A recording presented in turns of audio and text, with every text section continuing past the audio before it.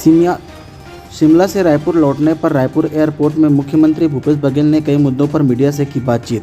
बता दें कि 12 जुलाई 2021 को रायपुर मुख्यमंत्री निवास कार्यालय से मिली जानकारी के अनुसार मुख्यमंत्री भूपेश बघेल रायपुर एयरपोर्ट पर मीडिया से चर्चा करते हुए कई विषयों पर बातचीत की, जिसमें उन्होंने बताया कि आला कमान के निर्देश पर वे हिमाचल के पूर्व सीएम के अंत्येष्टि पर गए थे। साथ ही पीएल पुनिया व प्रियंका गांधी वाड्रा से उन्होंने मुलाकात की। 2.5 साल फार्मूला को लेकर भी मुख्यमंत्री भूपेश बघेल ने पत्रकारों के सवाल का जवाब दिया। अखिल भारतीय कांग्रेस कमेटी के निर्देश पर हिमाचल प्रदेश के 6 बार मुख्यमंत्री रहे राजा वीरभद्र सिंह जी के अंत्येष्टि में सम्मिलित होने का निर्देश हुआ था और मेरा ये सौभाग्य कि उनके अंतिम दर्शन करने का अवसर मुझे मिला।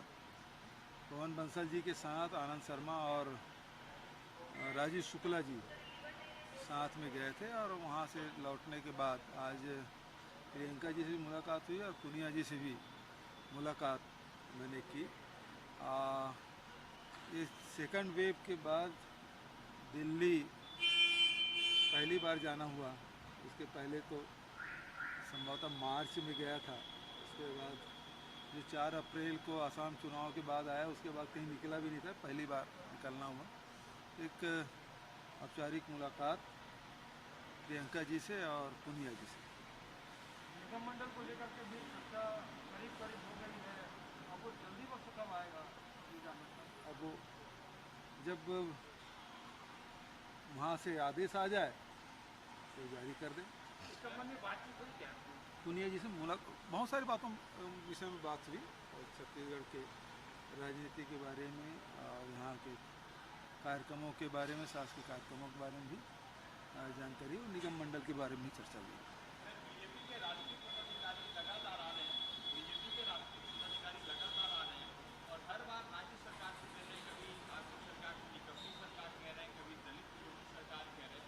आखिर ऐसे आरोपों से कैसे बचाएंगे आप? वैक्सीनेशन को लेकर के आज एक बयान उनके द्वारा भी जारी किया गया और कहा गया कि सरकार यदि केंद्र से तालमेल नहीं बना पाती है तो सरकार रिकवरी हो सकती है, वैक्सीन उपलब्ध नहीं हो पा रही है।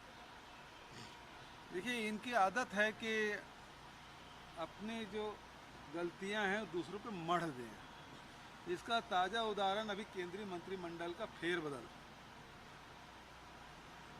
वैक्सीन और लॉकडाउन लगाने का काम मोदी जी ने खुद किया, सारी बैठकें मोदी जी ने लिया। टीका उत्सव मनाने का निर्देश भी मोदी जी का ही था। 25% राज्यों को, 25% प्राइवेट को, 50% केंद्र को देने का फैसला भी मोदी जी का ही था। टीका बाहर भेजने का भी निर्णय मोदी जी का ही था। और जब पूरे देश में वैक्सीनेशन में जब पिटाई हुई, सारी आलोचनाएं हुई, तो डॉक्टर हर्षवर्धन पे ये मर दिया गया, उसके कारण से उसे छुट्टी की गई।